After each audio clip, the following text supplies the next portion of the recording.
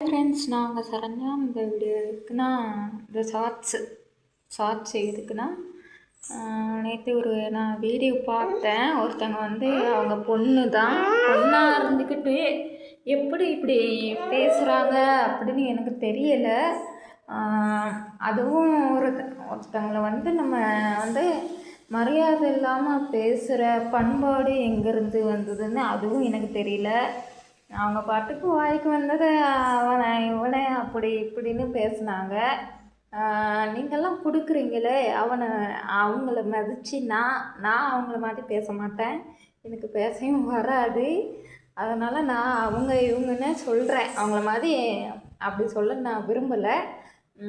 கொடுக்குறீங்களே அதை அவங்க பார்ப்பாங்களா, உங்களை யாருன்னு அவங்களுக்கு தெரியுமா அப்படின்னு அவங்கள மீன் பண்ணி பேசுனாங்க.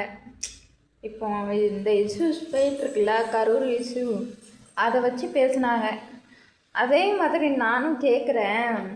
இப்போ முதலமைச்சராக இருக்காங்கல்ல, அவங்களுக்கும் நம்ம சப்போர்ட்டு சில பேர் பண்ணுறவங்கள அவருக்கு தெரியுமா? அதை தான் நானும் கேட்குறேன். நானும் அவங்கள மாதிரி தான் நான் கேட்குறேன்.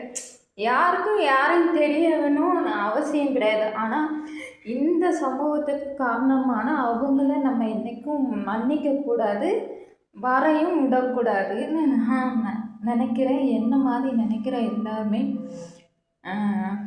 லைக் பண்ணுங்கள். கூடிய சீக்கிரமே அதை கடவுளும் சரி, இறந்து போன அவங்களும் சரி நமக்கு காட்டி கொடுப்பாங்கன்னு நான் நம்புகிறேன்.